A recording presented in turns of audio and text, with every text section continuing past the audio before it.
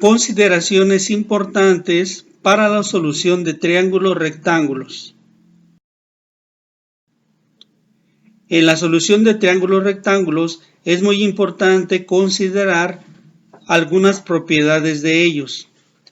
Una de las propiedades nos indica que todos los triángulos, sean rectángulos o sean acutángulos u obtusángulos, todos ellos, la suma de sus tres ángulos interiores siempre nos van a dar como resultado 180 grados.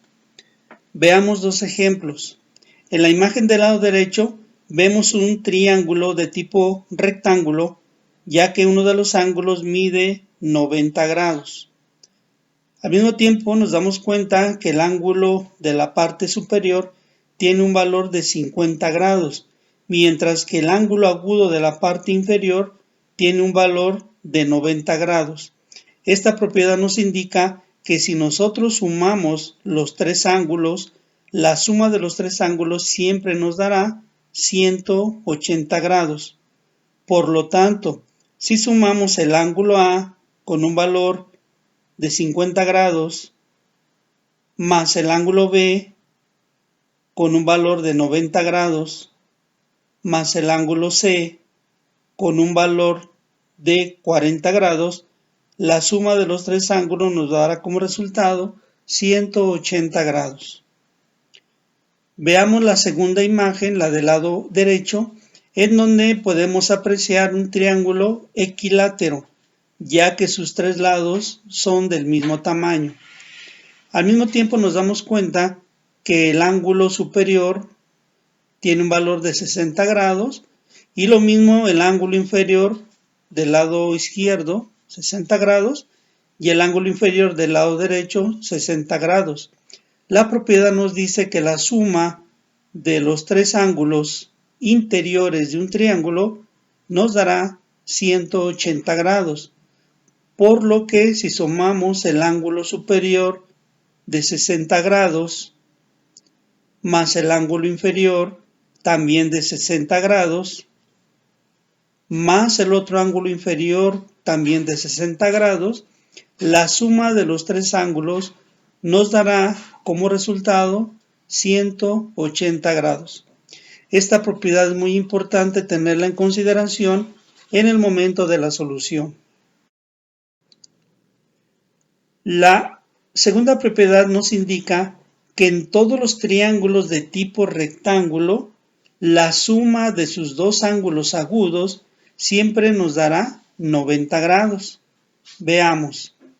En este triángulo rectángulo, el ángulo superior mide 45 grados. El ángulo inferior también mide 45 grados. Ambos ángulos son del mismo tamaño.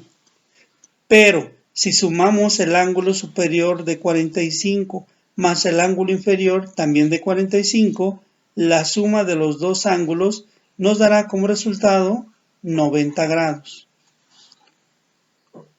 Veamos la segunda imagen donde también vemos un triángulo de tipo rectángulo y podemos apreciar que el ángulo superior o el ángulo de arriba tiene un valor de 66 grados. Vemos que el ángulo inferior tiene un valor de 24 grados. Esta propiedad nos indica que la suma de los dos ángulos agudos del triángulo rectángulo nos da como resultado 90 grados. Por lo que si sumamos 66 grados más 90 grados, la suma de los dos nos va a dar 90 grados. En la tercera imagen vemos un triángulo de tipo rectángulo en donde el ángulo superior mide 30 grados y el ángulo inferior 60 grados. Si sumamos ambos ángulos, la suma de los dos nos van a dar 90 grados.